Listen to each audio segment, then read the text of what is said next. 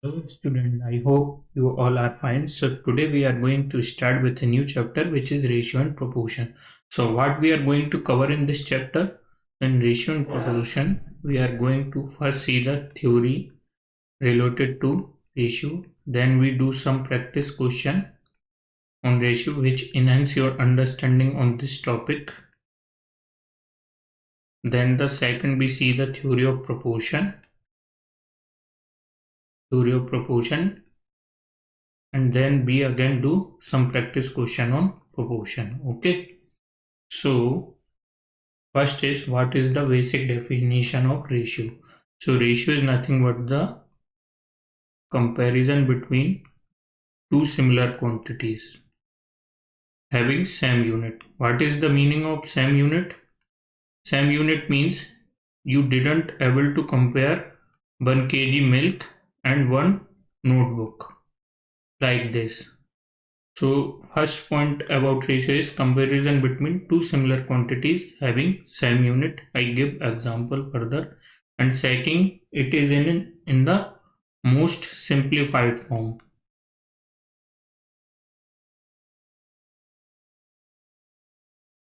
Let's say example, if I say you to take the ratio of 5 chocolate to 10 chocolate. So I write 5 upon 10, but you didn't let as it is 5 by 10 if you give if you want to give the answer in the form of ratio. So you have to uh, simplify up to most simplified form. So what is the most simplified form of 5 by 10? It is 1 by 2. Okay, and you didn't compare 5 kg sugar and 10-liter milk.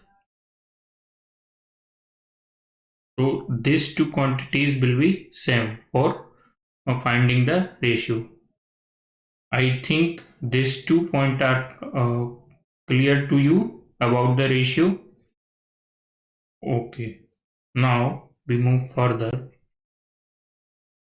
So this is the sign of ratio. Two dots between two numbers is the sign of ratio, or let's say A ratio B or A by B. Let's take another example. What is the example? If A ratio B is equal to 2 ratio 3 and he asks which one is greater. Now most of the students do mistakes. Let's take the sample values of A and B. Sample values of A and B. Okay. Then we compare A and B. So let's say if the ratio between A and B is 2 is to 3. So A may be 2, B is to be 3. Another is if I take A is to 20 and B is to 30, and if I calculate A is to B, again it is 2 by 3.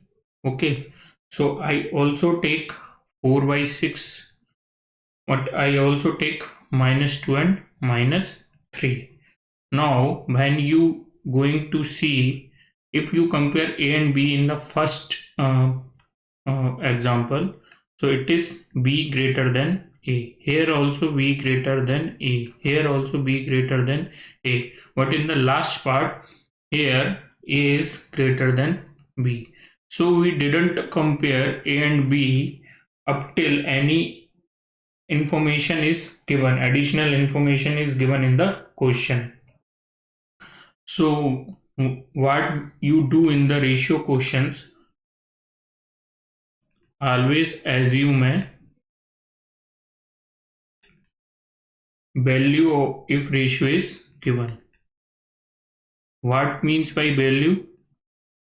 You always take A as 2k and A as 2k and V as tk, where k is either negative and positive. Okay, and what is k? K is constant, which value changes. Okay, so for a given ratio we cannot determine which quantity is greater without any additional information. If additional information is given here, let's say if additional information is given that a and b are positive integers, then you definitely say after this. If this additional information is given in the question, then you definitely say b is greater than a. But in this question, he didn't give the any additional information. So without any additional information, you didn't able to compare these two numbers. Okay, this is clear to you? Okay, take your time and note down this. I move on the another concept, or let's say example. So the first question is, if a ratio b equal to 5 ratio 8 and the sum of a and b is 104. So in the ratio question, he also give one additional information about a and b to find the value of k, then find the value of a. He asked the value of to find the value of a. So what we do in this question, we first assume a equal to 5k and b equal to 8k because ratio is 5:8. Then what is the another information given is question? Question says a plus b gives 104, right? Now I put the value of a and b in this equation, so I get the value of k after this. So 5k plus 8k is 104, right? Now 5k and 8k is 13k, and from here I got the value of k. What is the value of k here? So k is 8. But what he asked? He asked the value of a. So value of a is 5k, which is nothing but 5 into 8, and the value of a is 40. This question is clear to you? So in this type of question, you always, in the ratio, you always assume the value, but in this type of question, he also give the one additional information. Okay. Now we move on the next question. So what is the next question? The question is, in a certain office, the ratio of men to women is 3/4. If 10 men were added to the office, the ratio of men to women would be 7/6. How many men and women total are currently in office? So what the question says, initially the ratio between men and women in certain offices is 3:4. So what is the ratio given in the question? Men to women is 3:4. So I assume men as m, so m equal to 3k and women equal to 4k. Later what will happen? If 10 men were added to the office, so this is the initial condition. What is the later condition? Or let's say the later condition is men will be become 3k plus 10 because these 10 men were added to the office, and the woman is similar to as earlier. And now what is the ratio become? So the ratio become after this is 7/6. From here first I calculate the value of k, so I get 15k plus 60 equal to 28k. So from here I get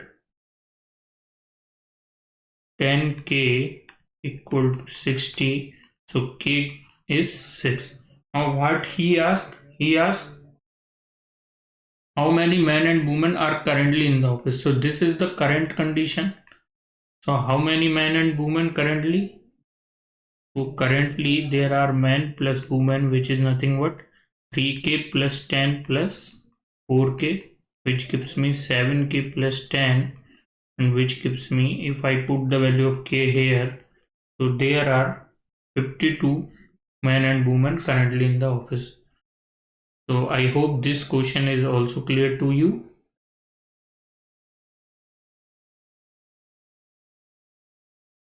Okay.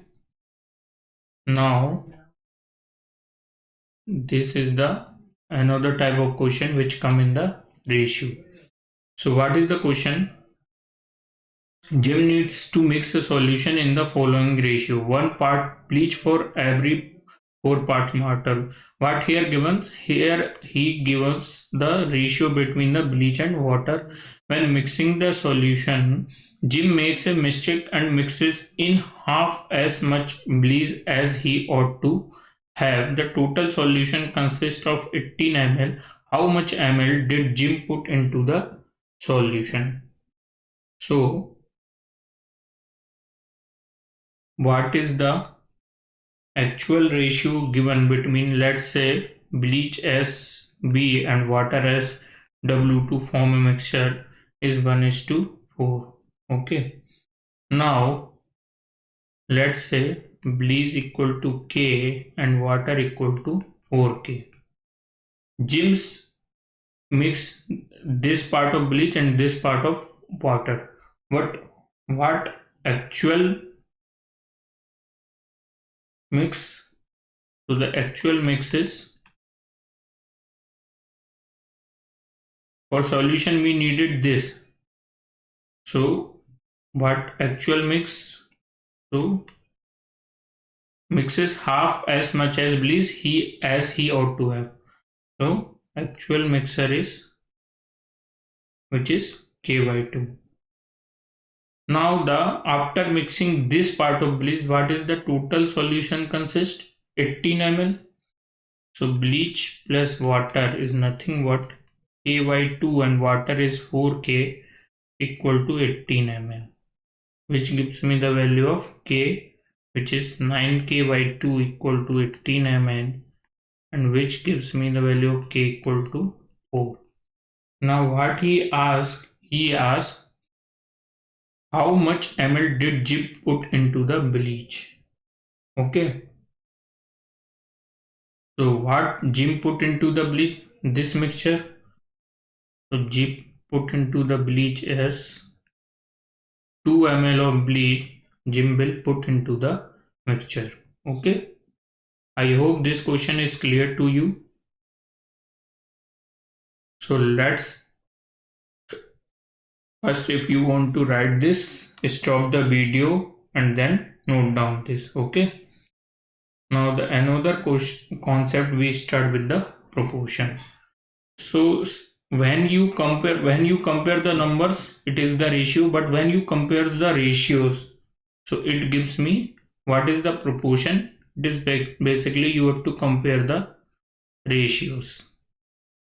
Okay, so it is A ratio B, and what is the sign of proportion? 2 dot between two ratios. This is the sign of proportion.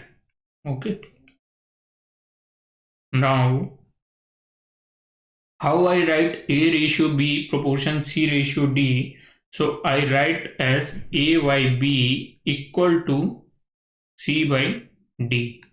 So this is basically the comparison, compare the ratios. Okay. Let's say take an example, if anywhere write 2:4 proportion 100 ratio 200. So what I write is 2 by 4 equal to 100 by 200, which is nothing but 1 by 2 equal to 1 by 2. So this expression is right like this. Okay, this is clear to do you. Okay, let's do one question on this. If 7 ratio 6 proportion y ratio 144, then he asked the value of y. So it is very similar, very simple question. What you have to do, you have to write 7 by 6 equal to y by 144. Now I take 144 here, and from here I got the value of y equal to 168. Okay, did you get this?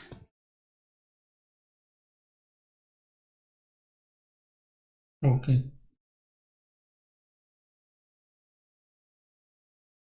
Then we do what is the second concept, which is directly proportional and indirectly proportional in the ratio. We are going to see this. Okay. The second concept in proportion is directly proportional and inversely proportional. Okay.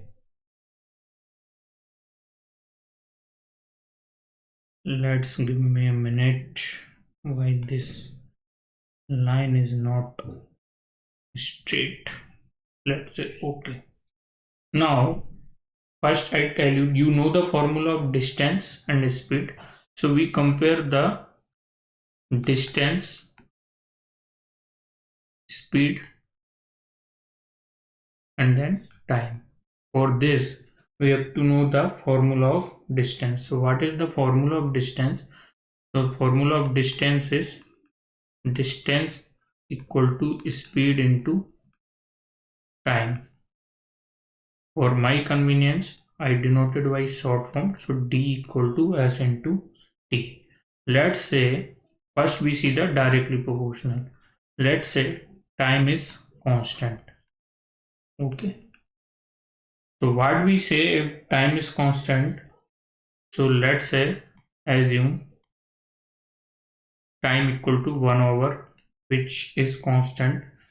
If let's say S1 means earlier speed was 50 mile per hour and distance was also 50 mile per hour. If you put this formula, sorry, 50 miles.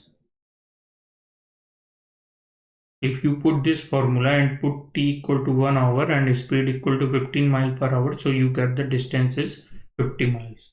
Let's say if speed I increase by 20 mile per hour and speed becomes 70 mile per hour, then again you put this into this formula and you get the distance is 70 miles. Okay.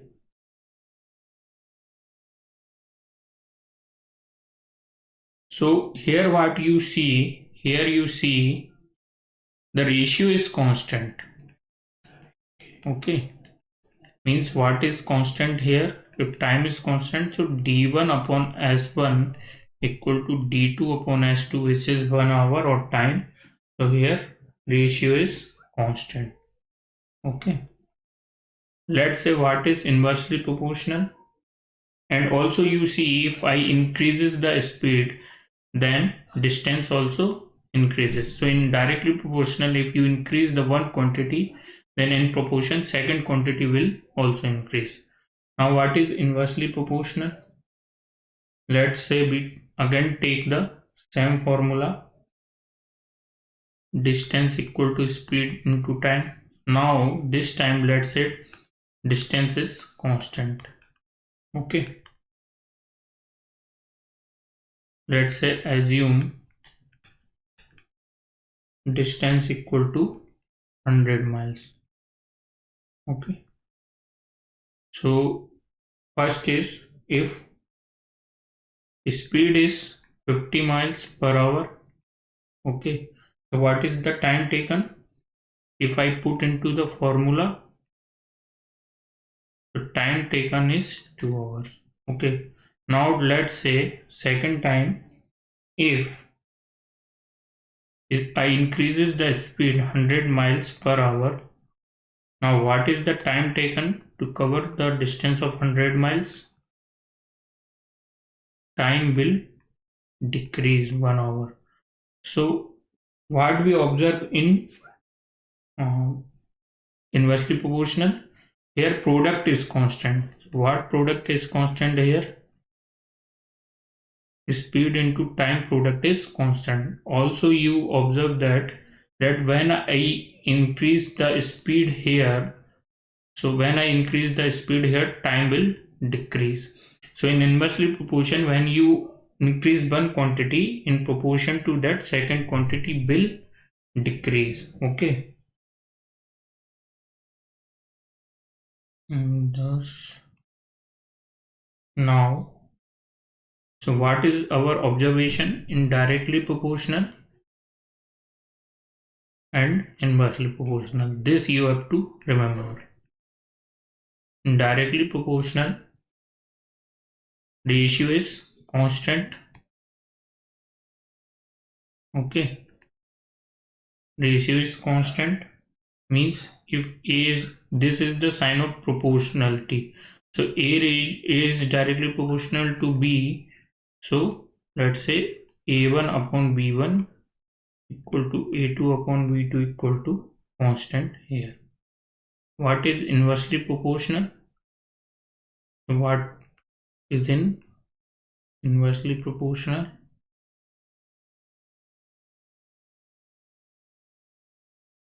Let's say like inversely proportional. Okay, I write down here.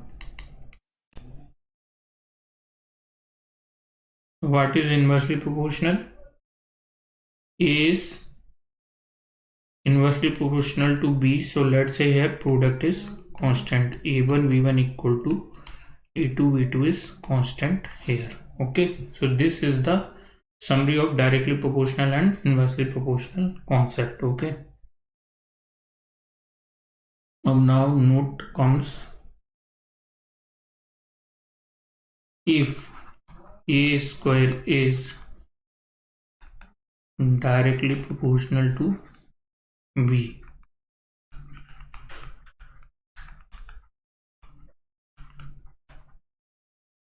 then I write as A square is directly proportional to B. So can I write A1 square upon B1 equal to A2 square upon B2, because indirectly proportional ratio is constant. So make a note of this. And second point is in this, if A is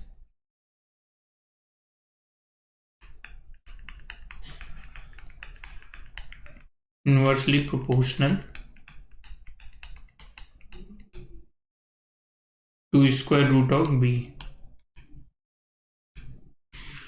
What this means, how we write this, then we say, can I write as A is indirectly proportional to root B, or I also write as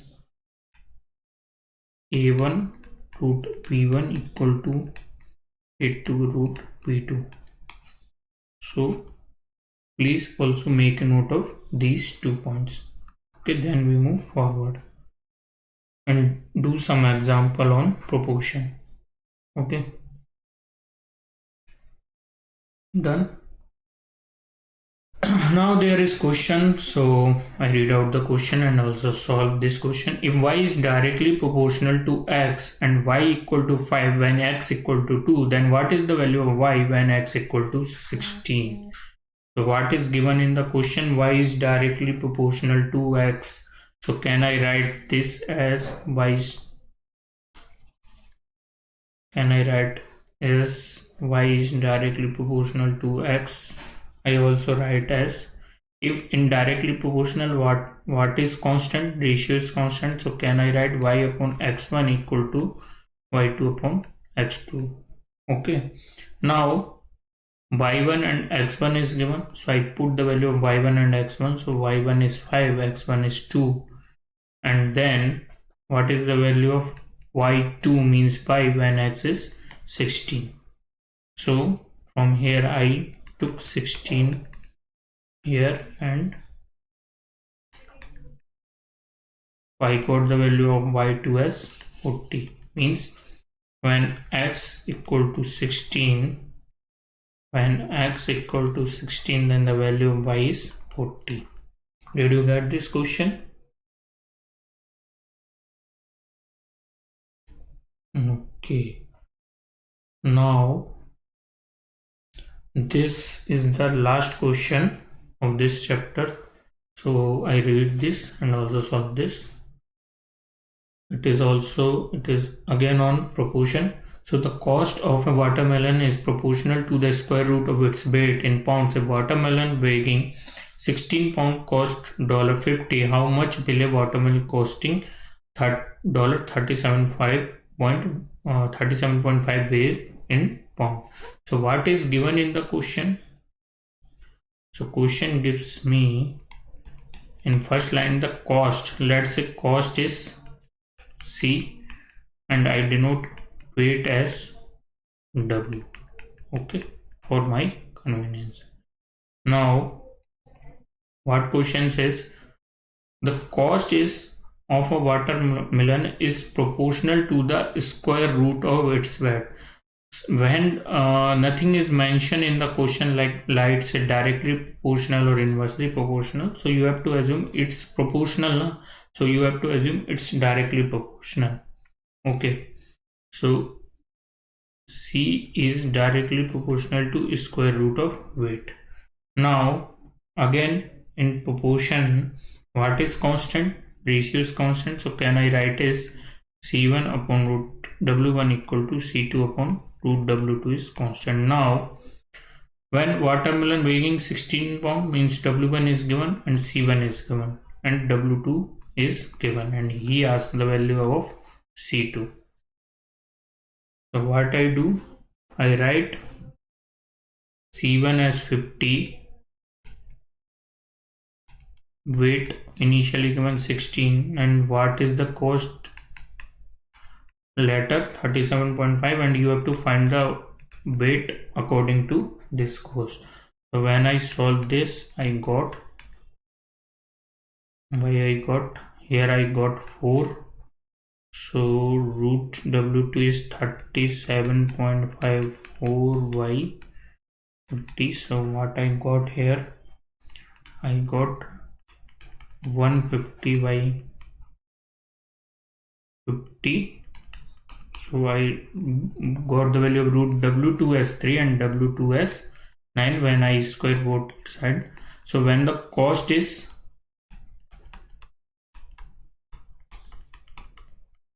$37.5, so weight for watermelon is 9 pounds. Weight is 9 pounds. Okay. So this is, I think, option C is the right option. Did you get this question? Sorry, you get this question? So please note down this after stopping the video and make the proper note of ratio and proportion. So this is all about ratio and proportion. So see you all. Have a good day. We will meet in the next class. Okay, thank you.